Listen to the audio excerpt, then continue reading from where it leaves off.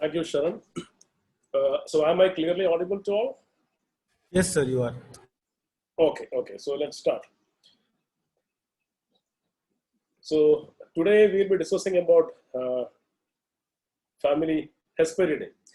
So everybody might know why we call it Hesperidae, because the identification of this group of butterflies is extremely difficult, and given the speed, you can't even see them. So how to go about identifying them, leave alone seeing them in field? Let's go into the details. I basically represent, as Sharon said, Travancore Nature History Society from Trivandrum. We work on different aspects of natural history, and we have been instrumental in conducting lots of surveys and biodiversity assessments in Kerala. I'm particularly interested in Hesperidae since my induction into butterflies in maybe 1998 to 2000, where when my friend and myself, Mr. Satyakrishna Prakash, and myself started working exclusively on Hesperidae in Trivandrum. So let's go into the details. So welcome to Hesperidae. So this is a picture, a very close-up picture, an extreme macro of a Hesperid. This is called Telicota bambusae, or the dark palm nut. You can see the compound eyes, the hairs, the antennae, and the details. So coming to Hesperidae, the family. They are generally considered to be small to medium-sized butterflies. The antennae bears hooks, in contrast to other groups. They are also considered phylogenetically a system between moths and butterflies. One interesting feature about the caterpillars of this group is they live in cells. They join together the leaf margins or create fantastic cells out of them and live inside them to get protection from the weather as well as parasites and predators. And the larvae generally feeds on monocots, but there are obviously, as you know, biology science of exceptions, there are exceptions to the rule. In India, there are more than 320 species of Hesperids, of which we have 85 species in the Western Ghats. And in Kerala, we already have recorded around 82 species, and one new species is being worked upon. So they have this unique basking posture. If you see the picture, this is a Tamil grass dart. You see the basking posture. You see that the hind wings are almost parallel to the ground, and the forewings are held at almost a 45-degree angle. So this enables the butterfly to bask and expose the wings evenly. And this is a good posture for you to even get a good photograph, which can help you in identification. So as I told, the cells. See, the different kinds of cells. You see, this is a pump up cell. This is diamond or yellow breasted flat. This Thorasa a cell. This is your Selenornis, or the flat grooves make cell like this triangular cell. This is your Indian all-king cell. So there are variations in the cell, and it also depends upon what species and genus you are dealing with. So cells are integral part of Hesperidae and the classification as well. Now coming to the 5 basic principles of skipper identification. Basically, people used to tell me that to identify a skipper, you need to see them first and then catch them. But then we had a policy that we will not catch them, and it was a challenge to identify skippers in field without catching them. So we used to go to a place, sit there just before the sun comes up. There was a grassland near a lake called Lake Akulam in Toronto. We used to sit there with our drawing pencils and scribbling pads, and we used to draw them, or maybe take pictures, analyze them, coming back home using Winterblood. So that was the time in 1998 when internet was not so common and we had difficulty in accessing information. But then we could do a good job. And so basically we need a good photograph. That is the first step. The second thing is, once you get a good photograph, you have to work on it and place the skipper to the subgroup or subfamily where it belongs to. Thirdly, you need to have the right books to place yourself. The most important step is rearing the unseen. See, these skippers have interesting life cycles. They are always, or most of the time, seen on monocot plants. You can rear them easily. And the fifth is a little luck, which we definitely need to see a lot of species which we never see in field. Some of them are so rare that during my entire 20 years of work in field, I've seen them maybe 1 or 2 times. So some of them are really rare. And why are they rare? We really don't know. Now coming to the first principle, photographing the upper sides. They are generally easy to photograph for identification because, as you see, they bask. They bask exposing the upper side of the forewing, the underside of the forewing, as well as the upper side of the hind wing.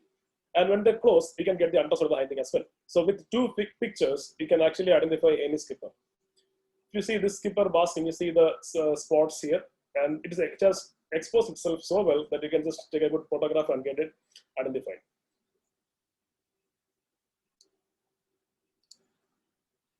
Photographing the undersides. Generally, whenever the skipper is not basking, it will be always sitting with the wings closed. So you can actually get a good picture of the underside. And this is especially the case when the skipper just closes out. So they'll be sitting there for hours so that the wings get dried out and become strong so that they can fly off. So these are all rare butterflies. They have sittings on the leaf. Sometimes you need to have specific images. Unlike other butterfly groups, in skippers, you need to have specific images. For example, images of brands. This linear structure on this butterfly is a brand. Brand is an area of specialized scales, especially seen in males. So you have to have a picture of the brand. In some case, for example, in branded swift called Pilopodas. Sometimes you need to have a picture of the fold, which is seen as a fold of the hind wing in Coispus or your Indian Alking. Sometimes you need to take picture of the legs. For example, the tibiae in case of Caltoris and Boweris, which differs in the presence and absence of spine. And in some rare cases, you need to have a picture of the mouth parts. But we can actually pull it off generally with two pictures of the upper side and the underside. So these are specific images which depends upon case to case. A little about venation. You need to know a little about venation before you proceed to identify any butterfly or rather any skipper. So if you see, I have given a picture from Corbett and Pendlebury where they have given the numerical system of venation and the areas or the intervening areas named from 1, 2, 3, 4, 5, 6, 7, and 8. Similarly for the forewing also 1A, 1B, 2, 3, 4, 5, 6, and 7. See, the keystone in this is to see the cell. So this enclosed area is called the cell. This enclosed area is called the cell. Similarly, on the hind wing also you see a cell. And the two spaces that lie across this, just opposite the cell, is the fourth and the fifth. Similarly, in the hind wing, fourth and the fifth. So giving this idea, we can actually mark out the spots on any skipper given we have a good photograph. So this is Evans's own drawing from his 1927 book showing the different parts of the wing, the base, the tornus, the angle, and the cell, and all the spaces are the veins. The spaces are named after the veins that bound them inferiorly. So this is space 1, 2, 3, 4, 5, 6. So these are the basal spaces, these are the discal spaces, and the 6, 7, 8 are the apical spaces. These are the apical spaces. These are the discal and the post-discal spaces. So in this particular case, you see a butterfly or a skipper basking. This is Pilopodas conjunctus or the conjoint. You see that there are two cells. This is the cell. This is the forewing. This is the cell. You have two cell spot. Then you have the spot. One second. You have the spot in 1. The big spot generally in all skippers is the spot in 2. Next comes spot in 3 and the 4th spot. Generally, we don't have spot in 5 space, which is opposite the cell. In some cases, or in rare aberrations, we have. And then there are the apical spots. These are the spots in 6, 7, and 8. So this is the basic thing about venation which we need to know before we embark on identifying any skipper. So I'll tell you once more. This is the forewing. This is a cell. This is the enclosed area which has 2 cell spots, which may be absent. Then these are the discal and the post-discal spots from 1, 2, 3, and 4. Then here are the apical spots. So these 3 groups of spots are integral in identification of any skipper. Similarly, for the hind wing also we have a similar notation. So whenever we say the spots are complete, that means that almost all these spots are present. The second principle is having a basic identification or understanding of the taxonomy. So you have to place the skipper into a subfamily where it belongs to. And once you place it, 50% of your work is done. I have followed an old system of taxonomy. This might not be in line with the new phylogenetic systems, but then in a field scenario, this could be more helpful than going for phylogenetic taxonomy. So basically, we can divide skippers into 9 subfamilies. These are arbitrary. Some of them overlap even, and this is not phylogenetically supported, most of them. But then In the field level, we can just classify them for arbitrary identification. First is subfamily is the alls, followed by the flats, then the true skippers, demons and flitters, grass darts and aces, bobs, red-eyes and swifts. So this is the old classification which we used to follow, and this is practically very useful in the field. So we'll be reviewing every subfamily in the coming slides. Coming to the family of alls. So we used to tell that AWL stands for arrow-winged Lepidoptera, AWL. See the shape of the butterfly, it is almost like a tip of an arrow. And the way they fly is so fast, it's just like an arrow going. These group of butterflies are generally easy to identify, these skippers. See, there's an exception to skippers. Generally, they feed on monocots, but this family are exclusive feeders on dicots. Combretaceans, Abiaceae, all those plants are used. Some of these butterflies are crepuscular. They work in dawn dusk time, and some are said to be even nocturnal. Coming to the first species we are dealing, this is the common awl or Hasora batra. This species is restricted to the swampy regions of the Western Ghats, especially the coastal mangrove swamps, as well as the freshwater swamps at base of the foothills, base of the hills. And they feed on a plant called Derris. So in the mangroves, they feed on a species called Derris uliginosa, and other species, Derris canarica and other species are used in the forest. So this is Hasora batra. The females have, the difference in male female is the presence and absence of an orange spot. So this is a very interesting butterfly. You can see them in early mornings if you go to any mangrove swamp in the Western Ghats. Next is the common banded owl. This is a very ubiquitous butterfly which has spread with the help of social forestry because they have planted Pongamia wherever you can go. So this species feeds on Pongamia tree, and it's a very common species. Sometimes they actually cause population explosions, and the larvae so profusely feeds on the tree that they practically defoliate it. And if you stand underneath it, you'll feel that it's raining. It's just raining caterpillar poop. The whole ground will be full of caterpillar poop. So that is how they, and they do migrate. They do migrate. So see the larva on Pongamia. You see the band, a very thin band, which is less than 2 millimeter wide and is diffused on the outer side. Next comes the white banded owl. So how do you distinguish this butterfly? It's just as if somebody has drawn with a chalk. The band is so wide. This as if somebody has drawn with a chalk. It feeds on another species of Derris seen in the forest. It's a forest species seen from around 100 meters to 1,500, 1,800 meters. This is a very beautiful butterfly called the orange-tailed owl, and you know why the species is named. See the hind wing, the tip has orange or maybe rather very bright reddish orange hairs, which gives us a name. The very beautiful larva which feeds on Combretaceae plants, probably Hyptage. 2 or 3 species are fed. So in contrast to other species, see the thick band, but it is diffuse outside. Okay, that is it. This is the plain band owl. Actually very rare in southern part of the Ghats, but it's common in the Dangs and northern Ghats. There's an apical spot which distinguishes it, and then it has metallic sheen followed by a very wide band on the underside. This spot is an identification feature. The orange striped owl or the orange owlet, a very common species in the forest of Western Ghats, especially the wetter side. See the beautiful larva feeding on Hyptage. This is a very distinct species. We need not actually have any identification key for this. Now coming to the interesting species, this is the pale green owlet. So I actually roamed the Western Ghats for maybe 12 years before I found this species, and it feeds on a plant called Schefflera. It's a typical jungle insect, and it's said to be nocturnal. I don't think it's nocturnal, but maybe it's crepuscular. But then it's a very interesting species. I had to roam for 12 years to find this, and once it was found, it was then found everywhere. This is the most beautiful skipper you can ever find. This is the Indian owl king. We say beautiful things are coming in small packets. See how beautiful this butterfly is.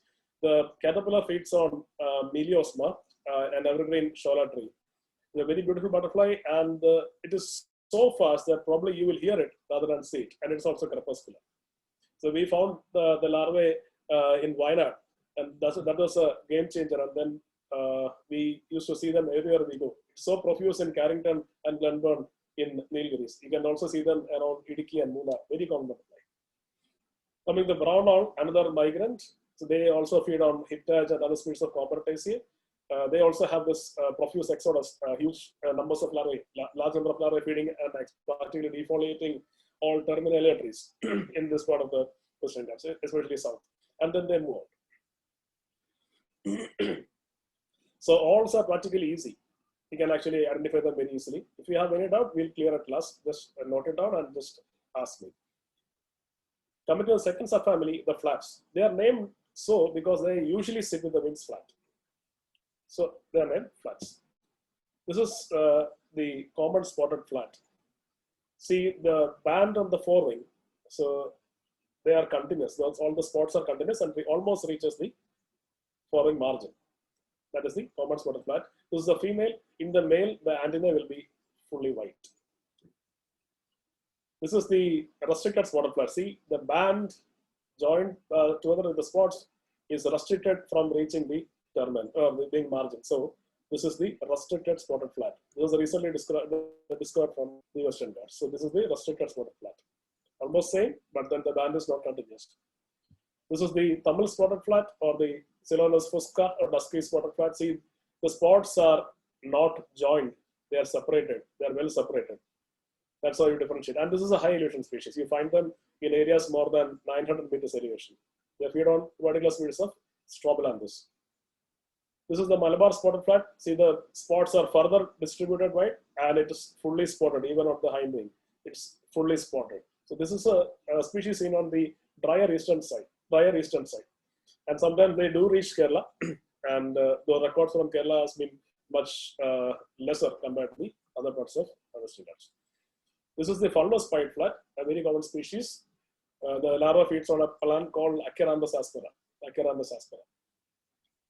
A very distinct species. So there is no need to have a specific identification discussion on the species. This is the common small flat.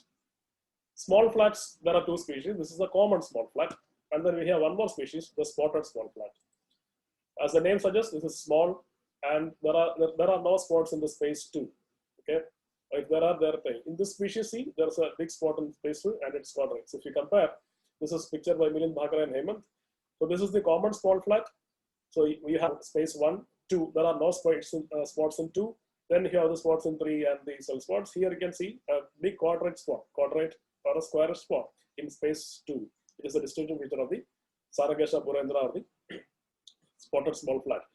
The common small flat is seen very commonly on the western slope, while this species is a drier species on the eastern slopes and as well as in Kerala north of Palakkad, especially along Kannur laterite hills. It's a typical dry species. Now we come to the snow flats. We have 3 species of snow flats in Western Ghats. This is the common snow flat. They look very similar. This is the water snow flat. This is the suffuse snow flat. Okay. So how to distinguish this species? It is very easy. See, a water snow flat is easy.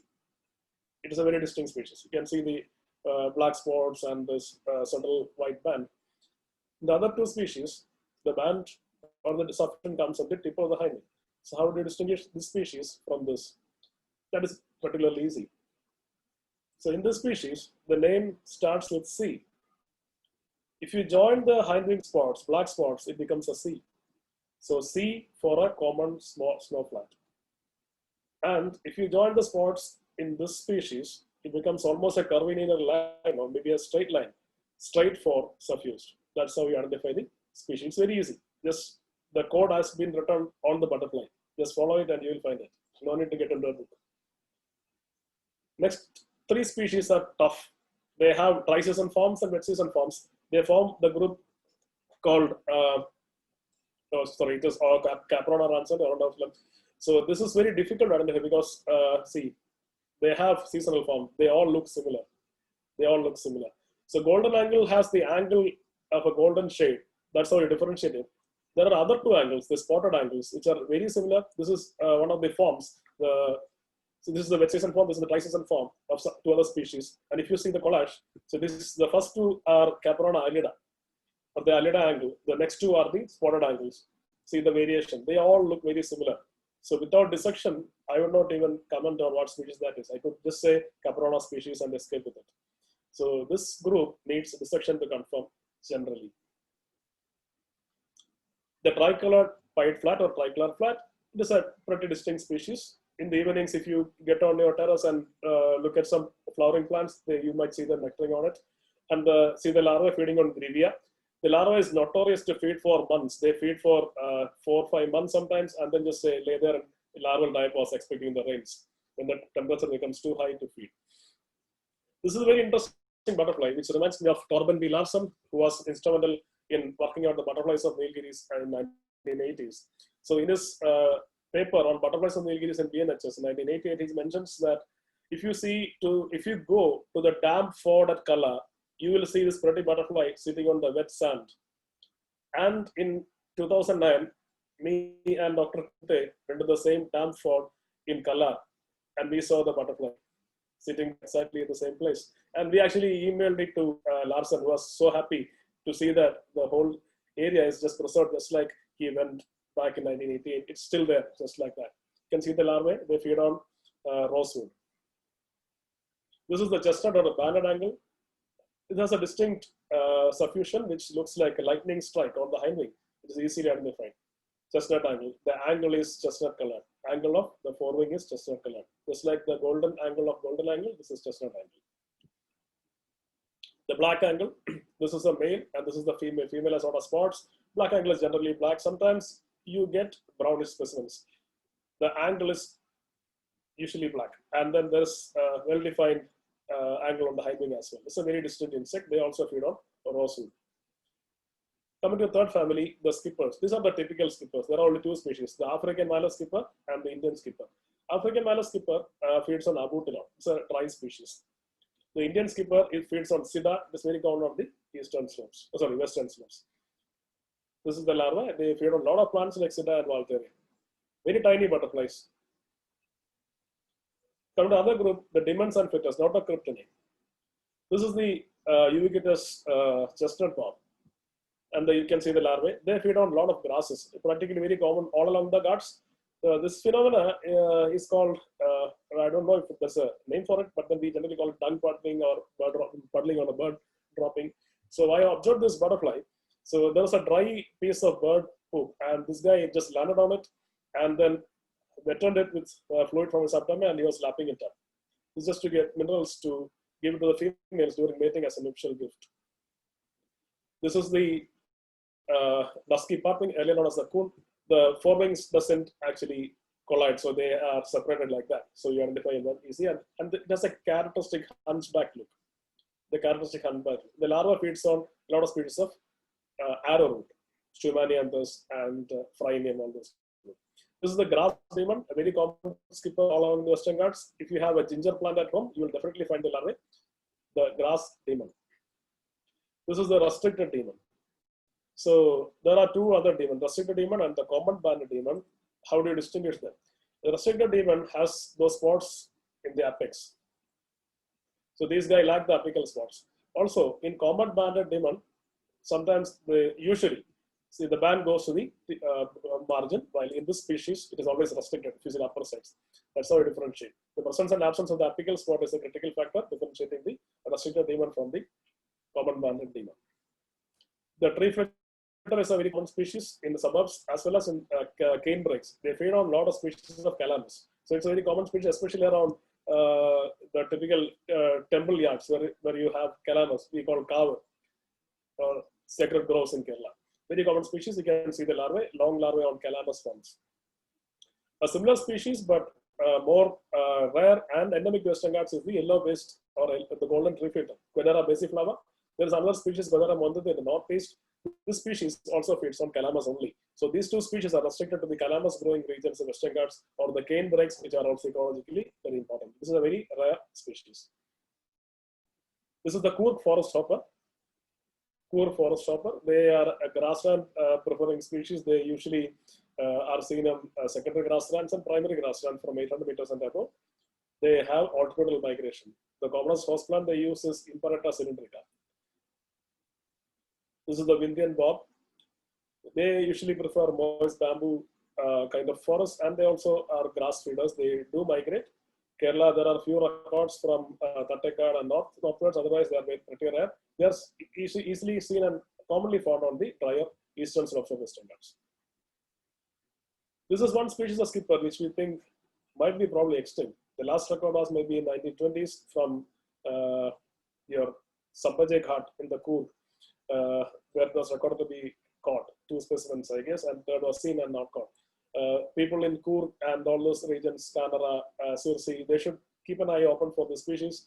You can easily identify them using the hourglass-shaped spots in space number 2. See the hourglass spot. They look very similar to other swifts and flippers. There's a pale area, discal area on the hindwing, as well as the hourglass-shaped spots, which is very distinct, seen in non-species. So this is probably extinct, but this needs classical rediscovery. We actually launched a search for this species, but still now it was all in vain. The next group is the grass duck and the allies. A very tiny skipper. You will never realize it's a skipper or a butterfly until you get really close. It's called the pygmy scrubhopper, usually seen in grasslands and in secondary forests where grass grows. A very close relative is the dingy scrubhopper. How do you distinguish this? The dingy scrubhopper, see, it has a lot of hairs. That means it lives in the cold conditions. It's a high elevation species, seen more than 800 meters, and this is seen practically from the seacoast to the top of the Ghats. And the other thing is, the pygmy scrubhopper has a plain antenna. Antenna doesn't have an apiculus compared to the dingy, which has an apiculus. There's a small projection at the tip. So dingy has a horn, and pygmy doesn't.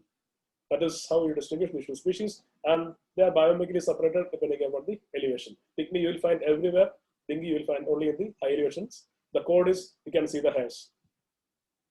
This is a bushhopper, a very common species, said to be a pest on rice fields, on the rice plants.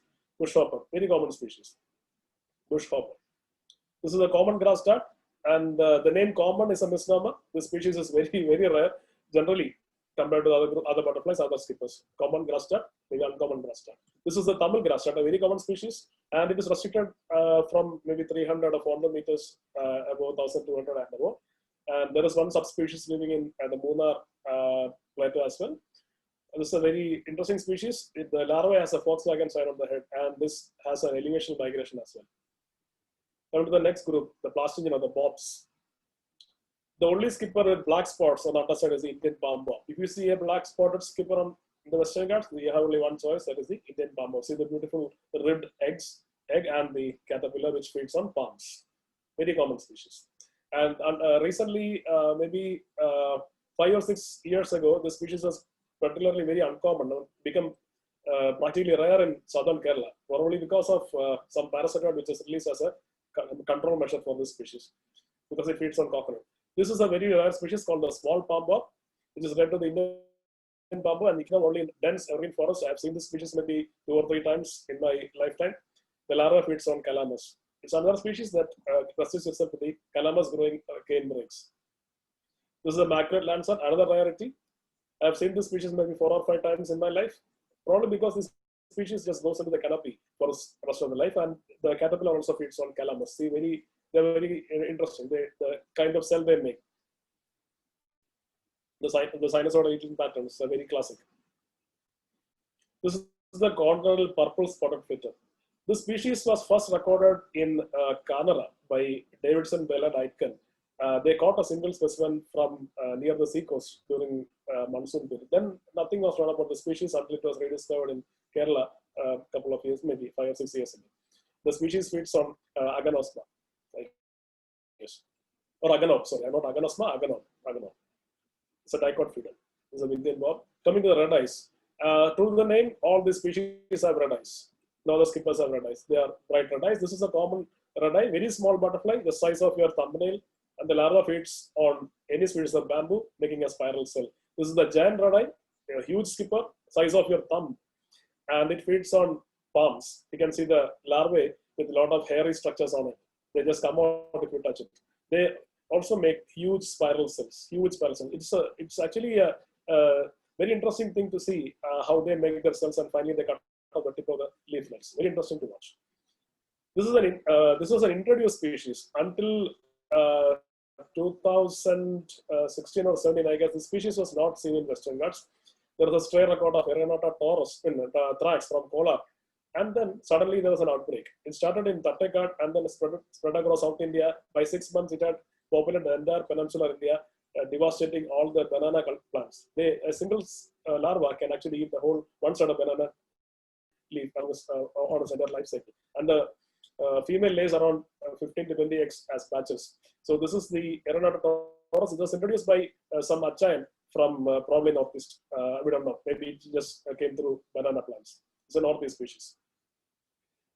From the darts and aces, most beautiful and the rarest of those. This is the Moor's ace, Albiporus, the old name. The Moor's ace is the commonest ace you find in the suburbs. This is the larva, they feed on bamboo. This is the Indian ace. So they are pretty similar, Moor's ace and the Indian ace.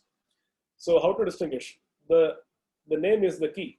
So if you see the cell spot in an Indian ace, there is only one single cell spot. In Moor's ace, if you see carefully, there is one more spot underneath it. So Moor's has 2O, which represents the 2 cell spots on the forewing. So Moor has 2O, that means it has 2 cell spots. The code for Indian ace is Indians are 1, we are 1, and then this is a single cell spot, which lies as a code for the Indian or Ceylon ace. See the larva, they also feed on bamboo. In addition, the Indian ace has a yellowish tinge on the underside, which is lacking in the Moor's ace. This is the bicolor ace, recently revised in the another genus. Earlier it was under Sovia, now it is Alpamorpha. They also feed on a particular species of reed called Ocalandra. They are highly restricted to the forested, wet forest, evergreen forest, especially Ocalandra reed breaks, restricted from below them from 100 to 900 meters in the hills. This is another interesting species called Thoraisa astigmata, or the southern spotted ace. Just a series of white spots, and the antenna has a white bar. The larvae, they feed on numerous species of bamboo, and they are notorious to go in the larval diapause. When the larvae stops eating, they stay there for months, and they pupate and come out with the prints. Thoraisa astigmata, the southern spotted ace. It's a forest species. This is one of the rarest species in our part of Western Ghats. It's called the Tamil ace or Sitala ace. In few surveys we've done, we have encountered this species in Nilgiris. The recent revision says that the Tamil or Sitala ace is found north of Alcat Gap, and the southern congener is the Evershed ace. We had mounted a 1-week expedition to find this species from Achavale Forest. We had to walk for 4 days and climb the mountain to find this in the dense jungles. And finally, we could see. This was a photograph taken after the 4-day ordeal. Evershed says. And then we found that this species was particularly common in Goda. That happens every time.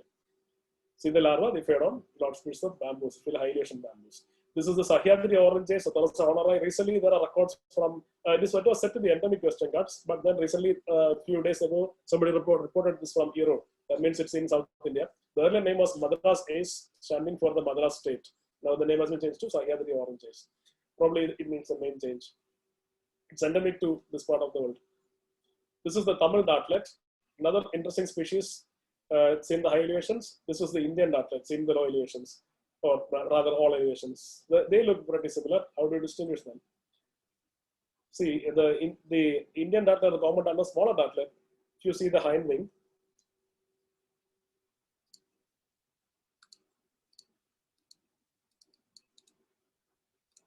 they have an extension, just like a hook. This hook-like extension is seen on the hind wing. That is called the spot in space 7. And then the hind wing band is entire. It is not traversed by really dark veins. The forewing band is also large. If you see the Tamil, the forewing band as well as the hind wing bands are traversed by dark veins.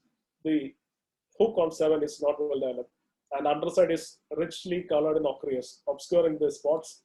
In the other species, it is brightly colored in yellow, and it has the chevron spots. Chevron spot is the mark you have on the arms of policemen, and this is the chevron spot, this characteristic of the Indian or the common dartlet.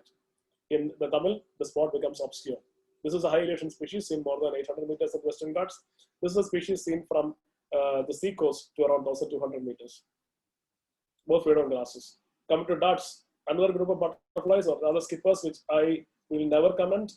There are numerous species: the Pseudomesa dart, the Confucian dart, the Pawa dart, the Palani dart. Not all our species, tropic dart. So to identify them, we need to practically dissect them, because the variations in this species is so much. The individual variation, the seasonal variation, male-female variation, the intergrades, so much that we need to dissect the males and find what species they are. So another clue we have is the larva, because the head capsule is distinct in each species. I have particularly read all the species in Western Ghats, but now I don't know what species is what, because we need to dissect and see. We need to have a huge series from all of Western Ghats to find which species is that. But I've discovered that the commonest species which we see in this part of the country is the Palani dart, Cotanthus ponenia. This is the dark palm dart, Telicota ancilla originally, now Telicota bambusae. They feed on bamboo. Another similar species is the pale palm dart. They all look similar. How do you distinguish? It is easy. In dark palm dart, if you see the discal spots or the post-discal spots, they are restricted. They don't go to the margin. If you see here, every spot extends above each vein to reach the margin. That is the pale palm dart. Dark, the D is restricted. In pale, the D goes down, extends. So D and P, you can actually identify them. That is the code on dark palm dart and pale palm dart. This is a female. In males, you have a brand here. In this space, you have a brand. The brand is different in dark and pale palm darts. That's also blue. But generally, we easily identify them based on the this yellow thing going into the margin. This is a pale palm dart. Generally, it is pale. They feed on grass. The other species feeds on grass as well as bamboos. This is one species which I could personally add to the Western Ghats list, which was 333, becoming 334 in, I guess, in 2008-9, while I was preparing for my PG entrance. So my wife used to study we used to study on the terrace, and she used to read out loudly while I was roaming on the terrace with my camera. I saw a few skippers sitting on coconut front, and finally I photographed them, sent it to Dr. Kunte, and finally we could identify that it was Zephyrus rhizosoma akale, or the plain palm dart, which was recorded from Northeast India, but never particularly seen in South. And after we found this, it was seen from all over South India, right from Coimbatore plains to top of Anamudi. So this is a very common species. They feed on coconut. They are sexually dimorphic. The male and females are different. They never come down off coconut fronds. They feed on coconut. They eat coconut. They feed on nectar of coconut tree. That's why people have found them. The series of paired spots on the hind wing and the forewing are the easy demonstrable features. And also this species lacks the brand, which is found. See, this is the brand on the area. This is the male. It has a brand. While this is Telicota. Telicota has a brand. Male has a brand. But this species will never have a brand. This is the wax dart, the waxy underside, which has no spots, practically plain. And this nutcracker mark on the forewing. This is characteristic which is the wax dart. They feed on Combretaceae. This larva was read on Quiscolus indica, the common Rangoon creeper. It's another exception to the rule where a butterfly from the Hesperida feeds on dicots. It's a rare species. Coming to two other species which are very similar. This is the yellow-striped hedgehopper, and this is the Hampson's hedgehopper. Earlier, people used to think that these two are elevation variants. The Hampson's hedgehopper is practically seen below 1,200 meters all along the Western Ghats. The yellow-striped hedgehopper is restricted to areas above 1,000 meters in the Munnar Plateau and Nilgiris. How do you distinguish them? One is the biomic distribution, like high elevation and low elevation. And then we have the stripe. The stripe is characteristic of yellow-striped hedgehopper. The caterpillars are very different. The pupae are very different. The upper sides are very different.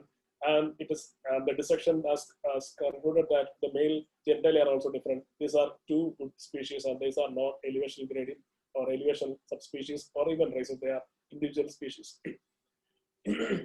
So the Hampson's hedgehopper and the yellow-striped hedgehopper.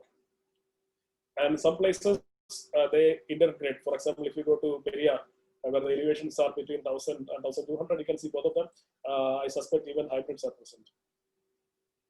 Come to the last and the most toughest group, the swifts, which I love.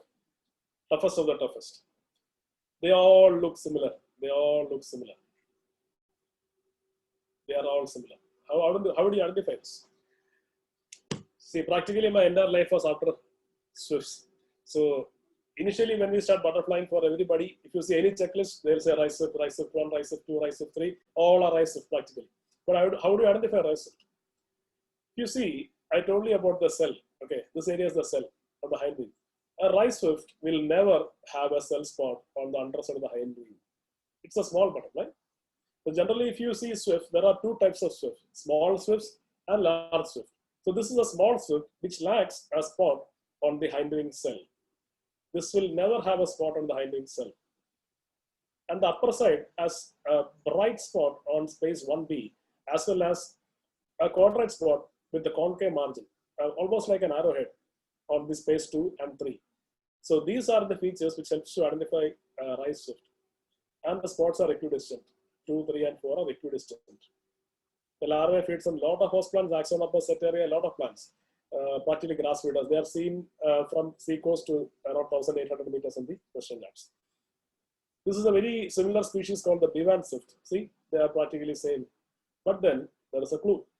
In Bivan swift, the spot in 3 is closer to 2 than to 4. The spot in 3 is closer to 2 than to 4. Okay, these are close to there. This is far away. That's how we identify a Bivan swift. Bivan swift. Okay, Bivan swift. They are restricted to the secondary grasslands and primary grasslands. And very rare in primary grasslands, actually secondary grasslands are Western Ghats in the mid elevations. Another 3 species which are very similar are the dark small barred swift, Pileopodus mathias, Pileopodus agana, Pileopodus abocracia. These are very similar in appearance. These 2 are the confusers because they are practically of the same size. This species is bigger, so we can actually take it out. We'll deal with these species first. The dark small barred swift, lot of common names are there. Don't go by the common names, just go by the scientific names. Pileopodus mathias. Mathias versus agana. So I told you the butterfly, the male butterfly has a specialized area of scales called the brand. If you see carefully in this specimen picture, you can see a brand. This is a brand. Can you see the brand? Yes. So if you see, these are the cell spots, 2 cell spots. This is a brand. This is spot in 2. The bigger spot is spot in 2, 3, 4, 2, 3, 4, 6, 7, and 8. So apical spots, the discal spots, the male brand, and the cell spots. Now the clue is that if you join the cell spot by a line and extend it, so if you draw a line like that, it will bisect or touch the brand in Mathias. So in Mathias, it will meet. Mathias, it will meet. Okay. Let's go to agna. The term is agna, Pileopodus agna. If you join the cell spots and extend it, it will barely touch the band, or maybe it will never reach. That's how you distinguish. So agna, my code is agni. You cannot touch the brand. So Mathias will meet, agna will never meet. That's how you identify the species. So this is a field image. This is how a species looks. See the cell spot on the hind wing. This species, see if you see Pileopodus, they will all probably have this spot, but you will never find the spot in a rice swift, Borbo. Borbo will never have this spot, and it is very common in this thing. So this is the large banded swift. This is another species. The elevation was restricted to the high elevations of Western Ghats and the grasslands. It is easily identified. It is bigger. It has a huge brand, and then this series of white, pure white, rounded spots on the hind wing are the clue. Pure rounded spots on the hind wing. It's a big species. So you can see the larva. They feed on grass. However, the species ages and becomes worn out, however much they get aged, the spots will be constant. They'll be present and they'll be purely white and round.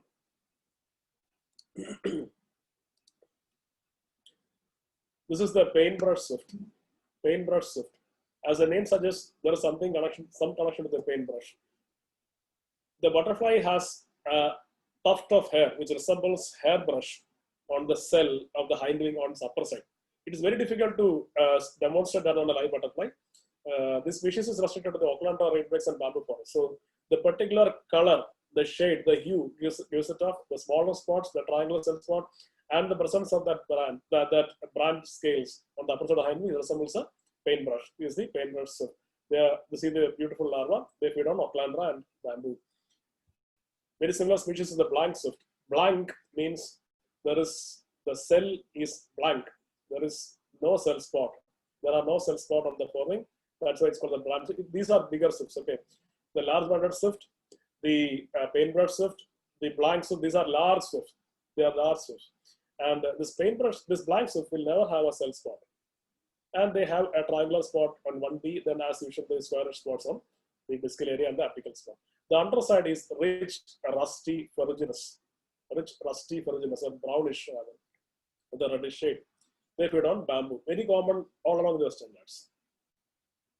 This is an interesting endemic to the Western Ghats called the Canara swift. See the type of spots there? As I told you, the spots are complete. The spots are complete. They have seasonal forms. If you see carefully, there's a discal fascia, which has a bicolor appearance. This is how the underside looks. So this kind of sharply pointed spots, usually seen in wet season forms, the paired cell spot, the completeness of the spot, and given by the dry season form, mid season form changes, and the restriction to the high elevations and the Deccan gives it off. This is the Canada species is endemic to the Western Ghats. The larva feeds on bamboo. They have a peculiar habit of basking very early in the morning, around 7:30. If you go to any bamboo forest in the Wayanad area or Bangalore, you'll find them basking in bamboo forests.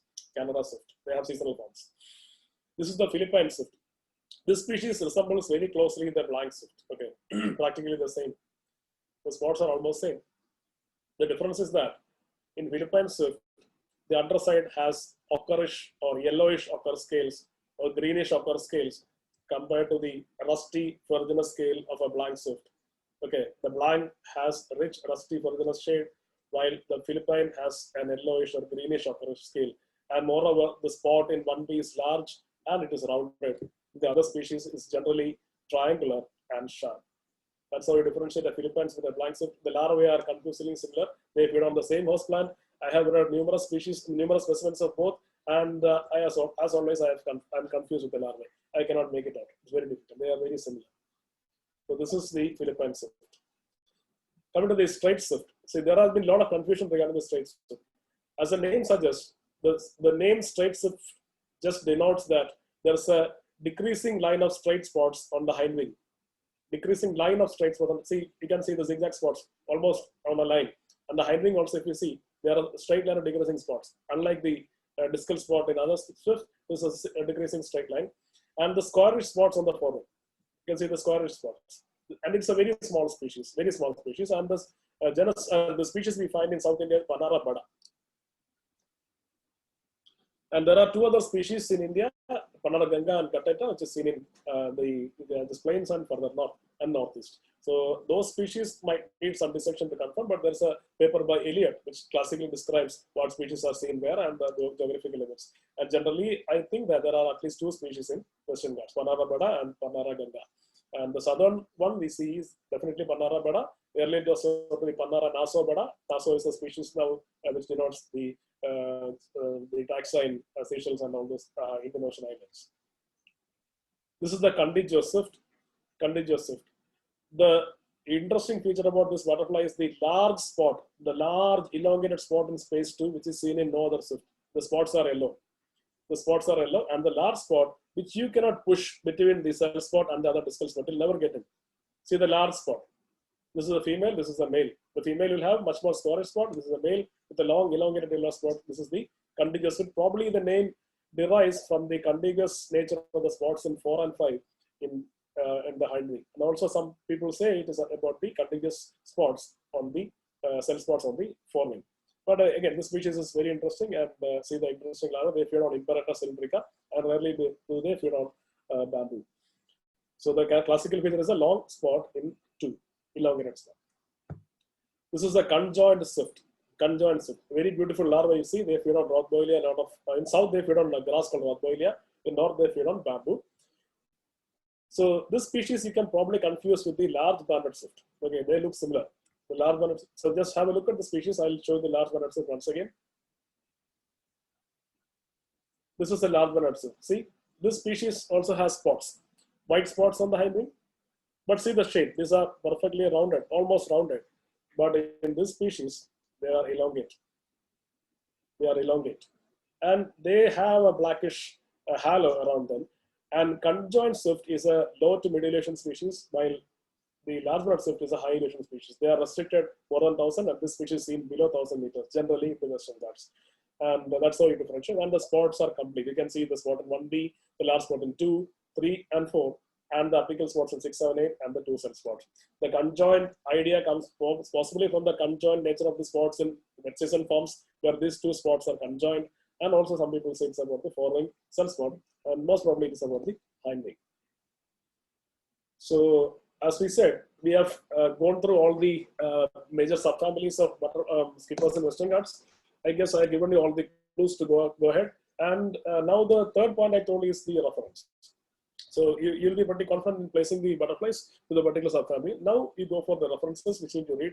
For general reader, for any butterfly, you can go for Butterflies by Insular India by Kunte, Butterflies of Indian Butterflies by Isaac Emika, Butterflies of Western Ghats by Bakra and Ogle, Identification of Indian Butterflies by W.H. Evans was my Bible. And if you see, there are a series of papers with Winterblith in BNHS. You can follow that. And for any skipper freak or skipper nut, you should follow two books. That is the Evans 1932 and the Evans 1949, which is the 49 is the Bible, and it's called the Catalogue of Hesperidae from Europe, Asia, Australia, and the British Museum. So this guy was a big shot. This was probably a military man, and he was doing a lot of stuff with skippers. His work is monumental. Though he had done some taxonomic lumping, but his work still stands. And then the last and the detailed records of life histories of butterflies, especially skippers, Western Ghats lies in the TR Bell articles in JVNHS. He was working in Karwar. So he had done a lot of interesting stuff for life cycle. If you read this paper, you'll be amazed by the detail he has given all about the life cycle, including how the ribs and the sub-ribs and the sub-ridges are seen on butterfly eggs. That was the detailed description he used to give at that time. If you see Journal of Bombay Natural Society, you definitely see the articles by T.R. Bell from 1909 to 1920 or 29, I guess. A word about TNHS. I stand for TNHS, Travancore Nature Society. We have been working in the field of nature conservation since last 20 years. We got registered in 2010. So we are generally a heterogeneous group, amateurs who are working in citizen science. So we have members who are interested in different types of fauna, or maybe there are people who are interested in ants, there are people who are just interested in butterflies, some people just strike, some people take good photographs. And the basic concept of TNHS is to strive for scientific excellence, publish things, and contribute to conservation. We are proud to express that we have national paraprofessional experts on butterflies, odomates, and ants. But online resources on butterflies, we have the Indian Foundation Butterflies or iFoundButterflies.org. Then we have our website, TNHS. Then there are Facebook groups, Butterflies of Kerala, Butterflies of India, and the TNHS website. And now we come to the end of our session. So this is a ultra high magnified image of a butterfly proboscis and the eye. This is another skipper, Telicota ancilla, as suggested. So yeah, so we have come to the end of the session. So if you have any questions, we can answer. Thank you so much, Doctor. I could not think of anybody else who can declose all the ID clues for skippers. That was very insightful session. And for all the participants who have any questions, please send in your questions in the chat window so that I can read out to Doctor and he'll be happy to answer all your questions.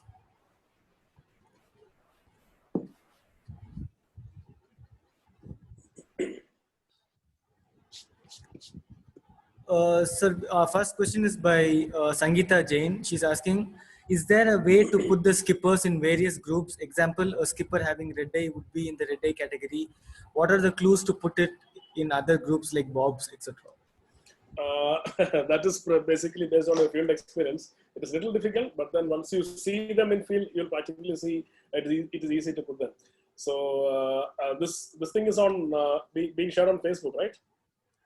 Yes, sir. Okay. So if you see the list I given, by practice it will definitely come to you. Just about your field experience and practice. First you try with pictures, then you will definitely see that it is easy to be placed. Try with pictures. That's how we start. We used to draw those skippers at that time. At that time when we started, there were no digital cameras. It was just coming into vogue. So we used to draw and get all the characters and try to place them. Generally, we call as the gist of the butterfly or the skipper, and by practice you will be definitely able to place. It's all about field experience. Okay. Do we have any more questions? Feel free to send in the chat window so that I can read it out to Doctor. Or else, if they want to ask directly, they can do so as well, if that's easy for them. Yeah. So we have a second question from Pranav Datar. He's asking, which skippers can we attract in our home balcony? Which plants can be used?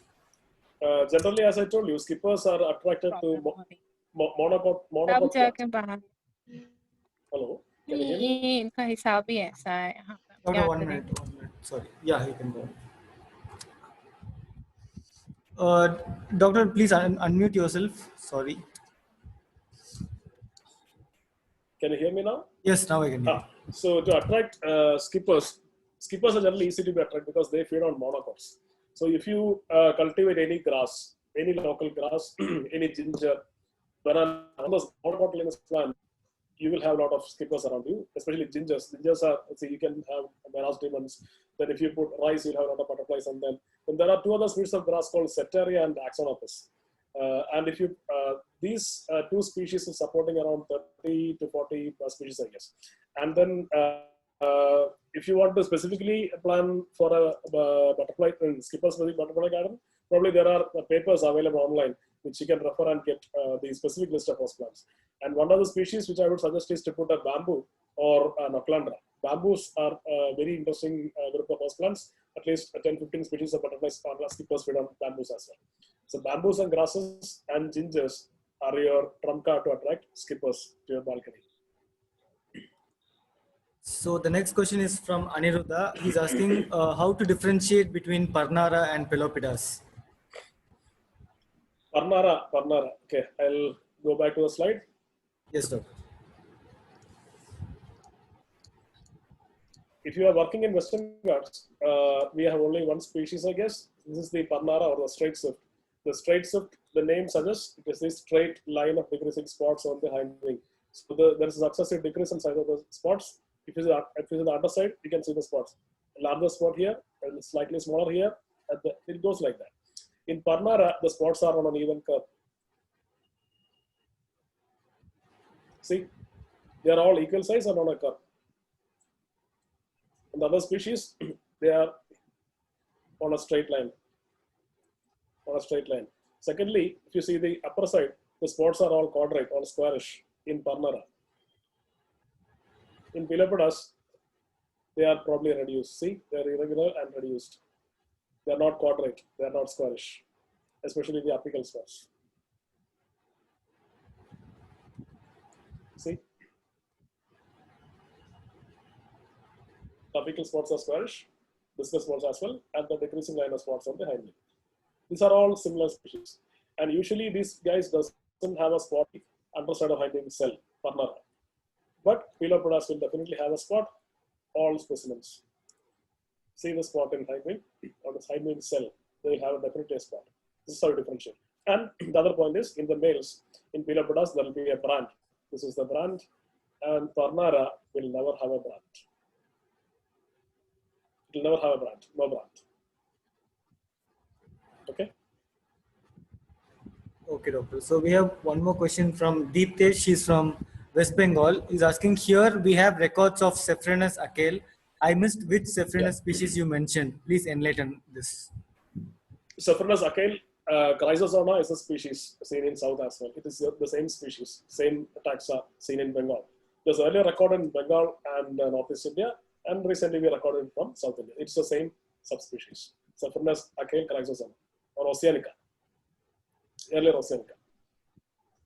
The next question is from Sebi. He's asking, how many subspecies are there in Potanthus species?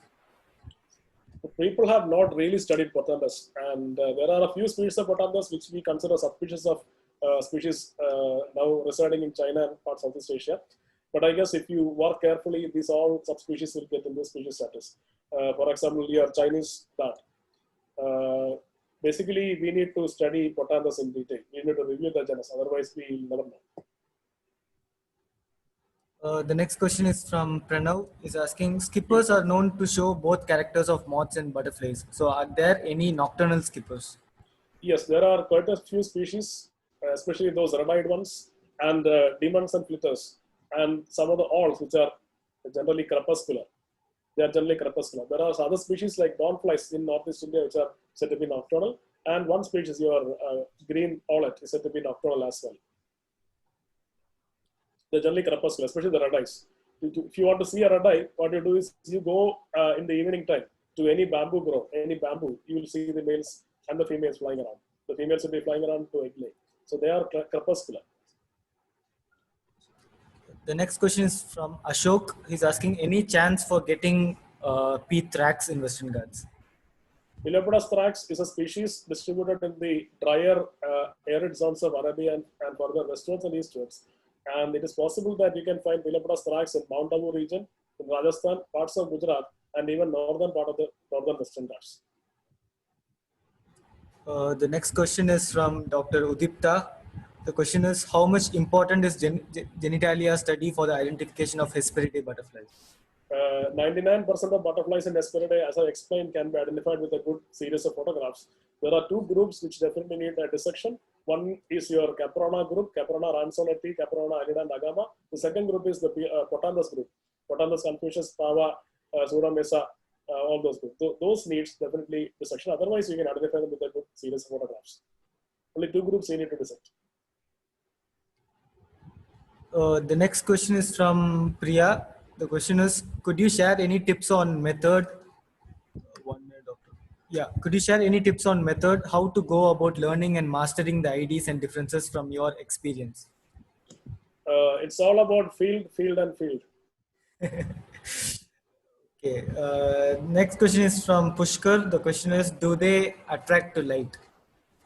There are certain skippers that come to light. For example, your red eyes, they might sometimes come to light, but generally they are not.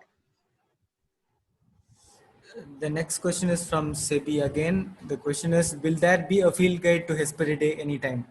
There will be a field guide to butterflies of Kerala soon. Okay. The next question is from Deeptesh. The question is, any differentiate keys for Orion's Gola and Orion's Colloidus? Orions. Okay, 1 second. I'll just go back.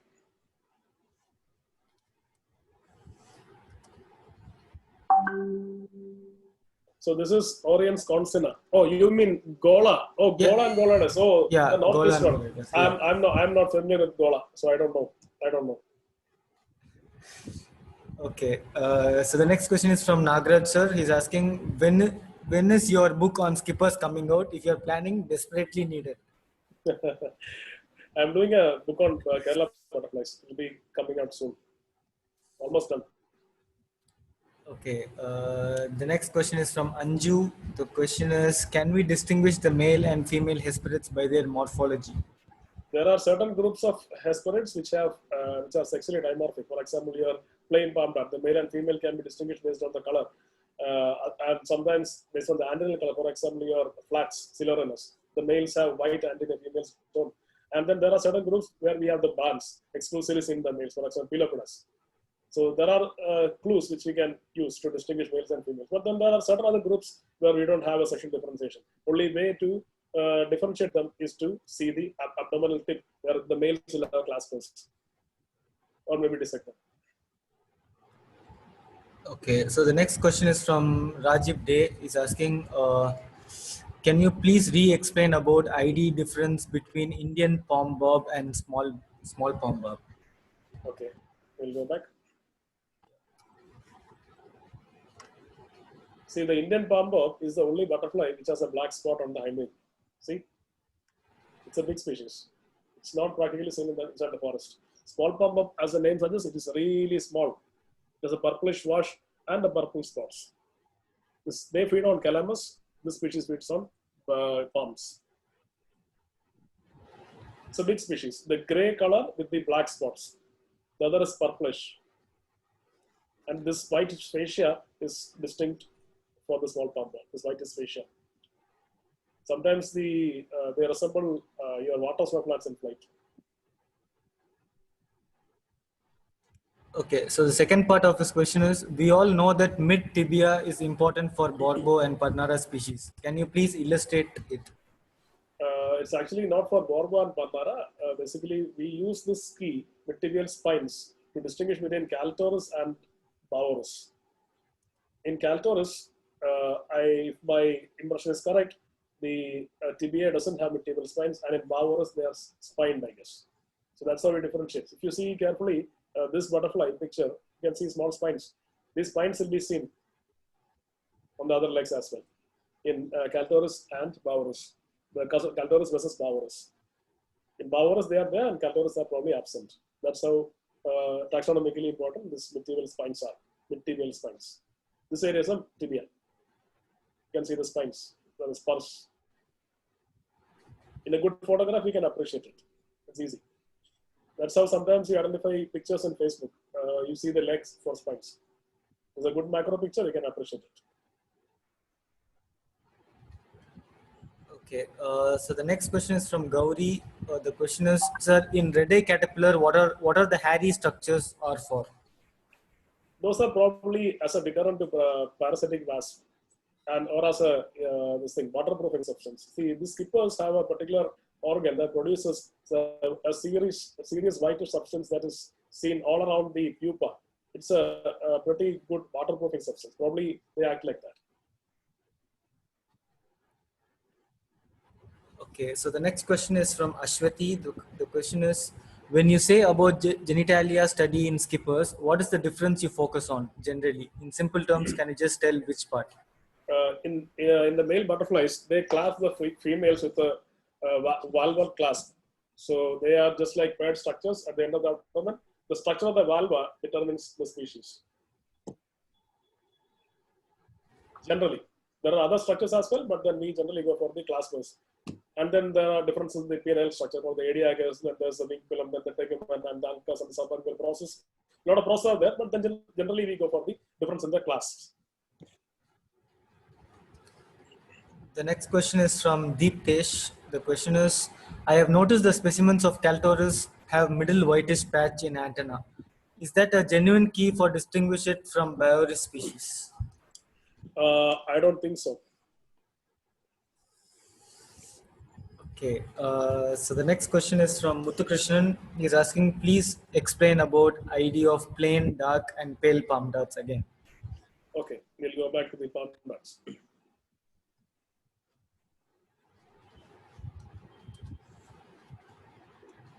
So these are the palm dots. So this is the plain palm dot. This the genus is Cephernus. Cephernus will never have a brand on the forewing like we see here. So this is a pale palm dot with a brand. See the blackish stripe, which has a pale area called the brand. This is the brand. In Telecota, Bambusae, and Ancilla or Colon, we have the brands. In Cephernus, you will never see the brands. I don't have a photograph of the upper side, but they will never have the brands. Male and female will not have the brands. Cephernus, the male and female are distinct. Otherwise, to distinguish these two, you have to go for so the code is P is pale. So the P has a tail extension, just like that. The spot has a P-like extension which reaches the margin of the wings. In dark palm dot, it will never reach the wing. Okay. So this is the dark palm dot. This is the female. That's why you don't have a brand. Otherwise, there will be a brand here. The dark palm dot. This is the pale palm dot with the extension of the P. And then you have the brandless Cephernus, which has a paired spots, very distinct paired spots, and a kind of foggy eyes or misty eyes. That's how we distinguish. Okay. I don't think we have any more questions, Doctor. So if anyone wants any questions, and also please send in your feedback in our WhatsApp group. So I would like to end it here. Before we end, thank you so much again, Doctor. Thank you for easily giving us all the ID keys for the skippers. And this was much awaited session. I hope a lot from all over India joined the session, and we had more than 100 participants. Oh, great. So if they have any queries, they can just send a message on Facebook as well.